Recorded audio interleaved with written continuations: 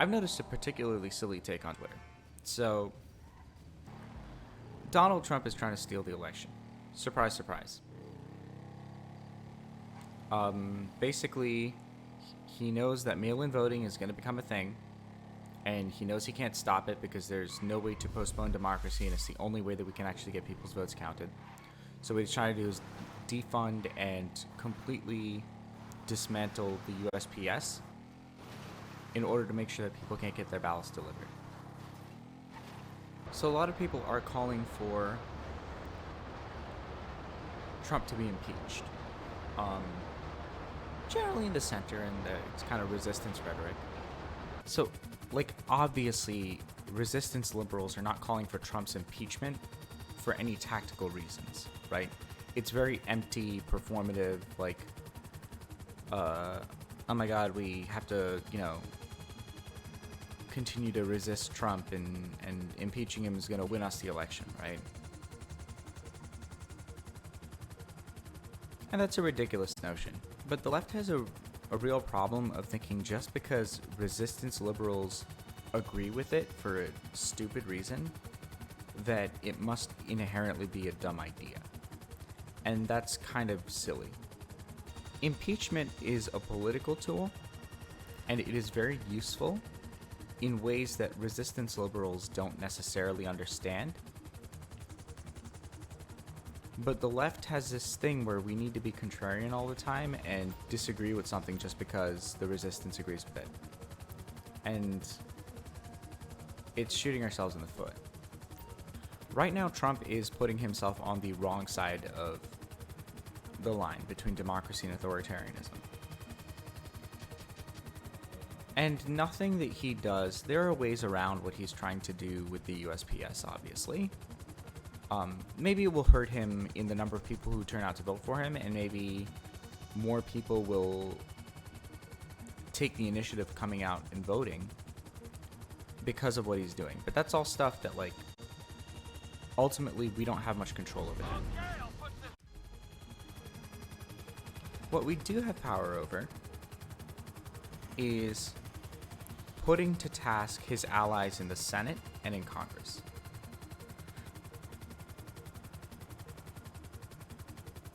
Impeachment has always been a political tool against purple state senators. Susan Collins is probably going to lose her seat. The best chance that Amy McGrath has against Mitch McConnell is to get anti-Trump voters angry enough about Mitch McConnell being Trump's puppet. And I'm intensely grateful to Charles Booker for pulling Amy McGrath to the left on Trump, when her entire shtick was very, at the start of her campaign, she was presenting herself basically as a pro-Trump Democrat and trying to go at Mitch McConnell as a poorly performing ally to Trump. Maybe because of Booker, maybe because of other things. I thought impeachment was a bad move because it wasn't going to get past the Senate. It would only invigorate his base close to the election, but due to COVID, his uptick from not being impeached has almost been fulfilled. No, there isn't much of an uptick from a failed conviction vote in the Senate. Trump's base, you don't have to worry about turning out Trump's base. These are people with the highest levels of voter turnout that you can possibly get. Impeachment had absolutely no downsides to it. I'm now 100% sure of that, or 90% sure that impeachment had virtually no downside to it. At least I have a very hard time thinking of whom does a failed conviction vote motivate to vote for Trump who wasn't already going to vote for him anyway. Because Trump has the highest turnout base, ever. Oh, has almost been nullified.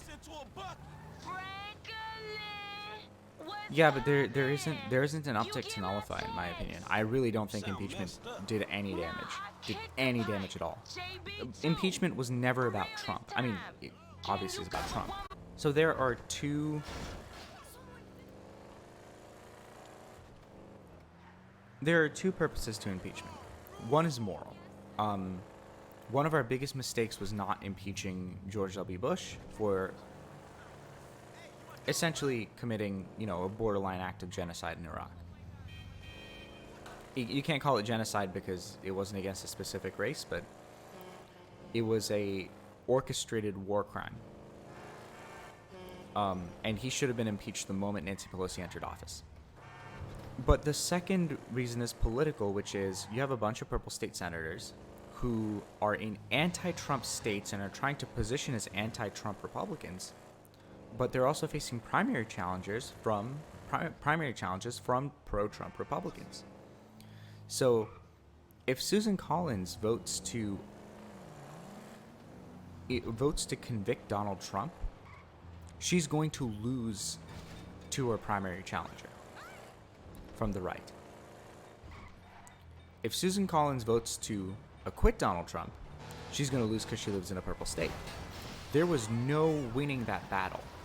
Impeachment probably cost Susan Collins her seat, and that's going to turn a red seat to the blue. That is why you impeach. And if there is any chance of Amy McGrath beating Mitch McConnell, which I don't think there is, but other people disagree, and a lot of people even people that I know have put a lot of money into trying to get it to happen, right? Because the truth is that the payoff from even having a conservative Democrat replace Mitch McConnell is immense.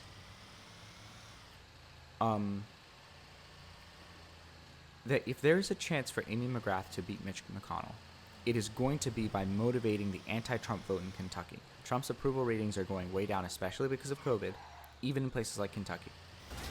If you can force Mitch McConnell to hold a vote that acquits Donald Trump of a serious crime of interfering in an election,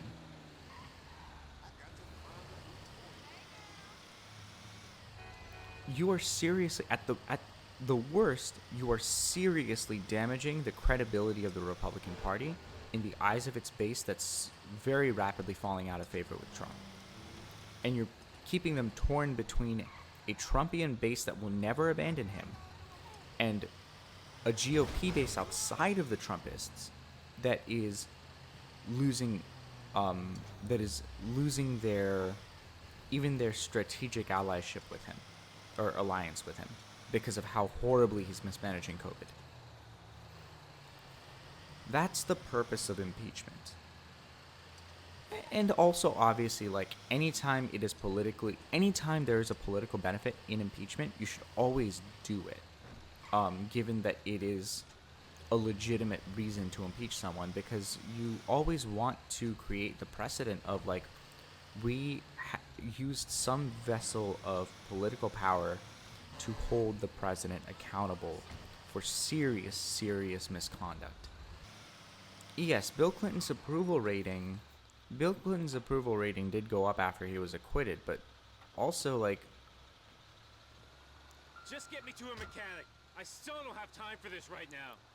The grounds for his impeachment was really silly, right? Like, and that's not to say, by the way, like, I'm gonna very, very clear disclaimer, like, Bill Clinton is a sexual predator.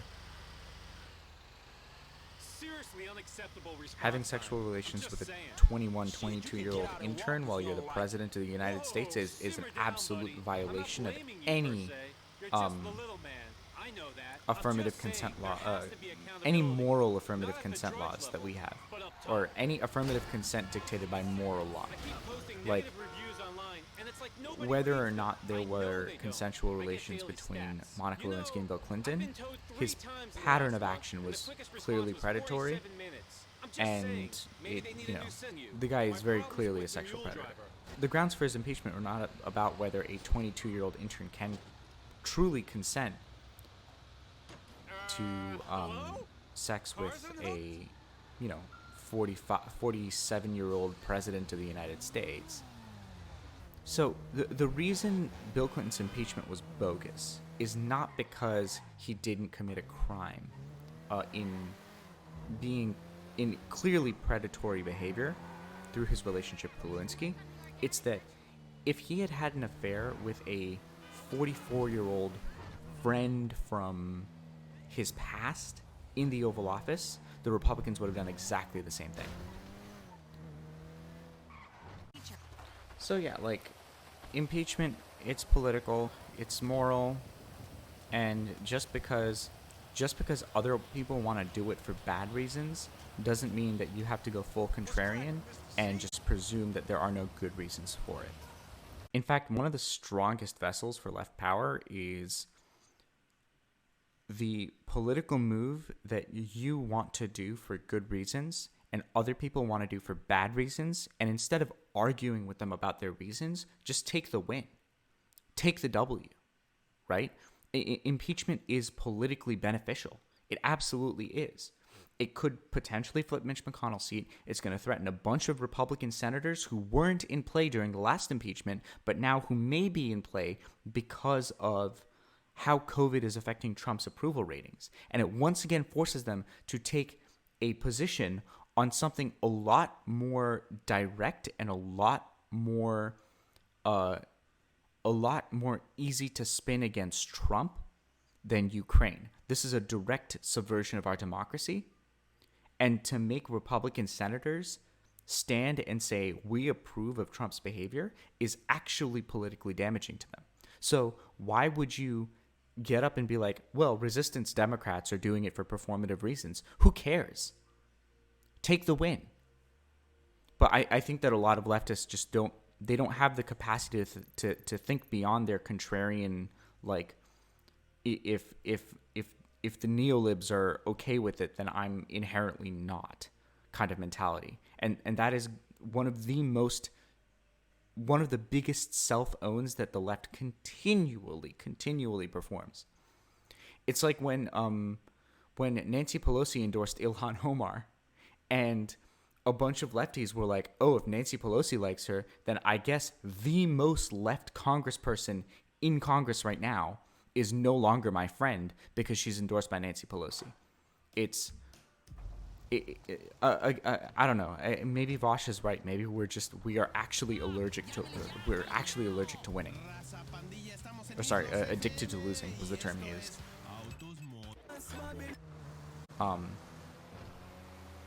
God. Thanks so much for watching. If you liked the video and want to see more content, the best thing you can do to support the channel is click that like button and subscribe.